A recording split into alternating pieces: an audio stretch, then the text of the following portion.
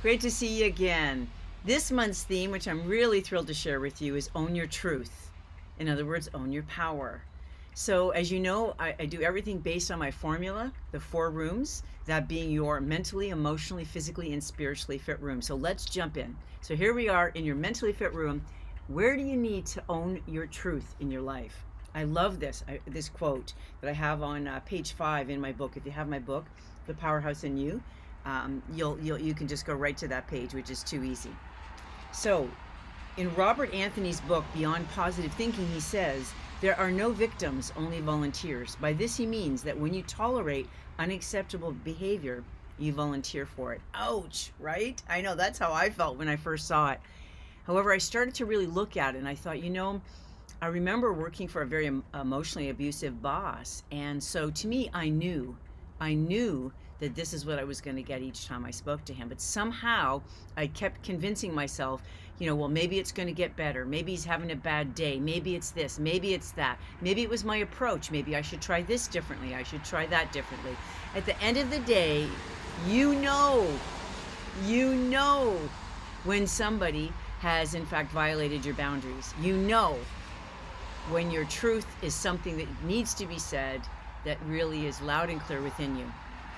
So my invitation to you is to take some time and write out a list of where in fact do you need to own your truth, own your power in your life, and then circle the one that, hey, if I were to address this one, it's going to have the greatest impact for me. Now, what gets in the way, do you think, of us owning our truth? Well, sometimes it's people pleasing. Sometimes we don't want to hurt the other person's feelings.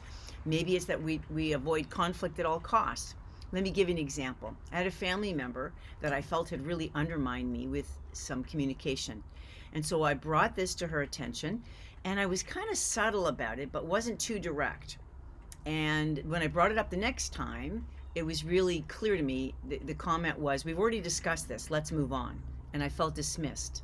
However, for me, what I felt was I needed to bring it to the table again to make sure we're really clear. That when we're communicating, that we do it as a team, not, feeling undermined by, sharing things to other people rather than us coming from a team approach. So again, I had to ask myself, okay, I spoke my truth. So the person may not get it. They may not understand it. They may not even appreciate it. However, at the end of the day, do I want to be right or do I want to be happy? Now, would it have been nice for her to have said, look, I'm sorry, you're right, that was never my intention. However, she doesn't have that skill set. So again, remember always, am I expecting healthy behavior from unhealthy people?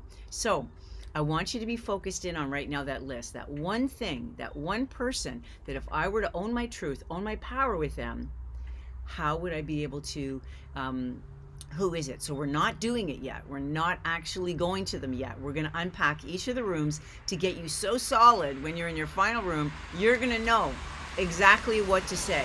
So I invite you to write the list, circle the one that's the number one, and then write out what it is I'm most afraid of. If I actually own my truth with this person, if I really speak own my power with this individual, let's just stick with that. Okay? Have yourself a beautiful day.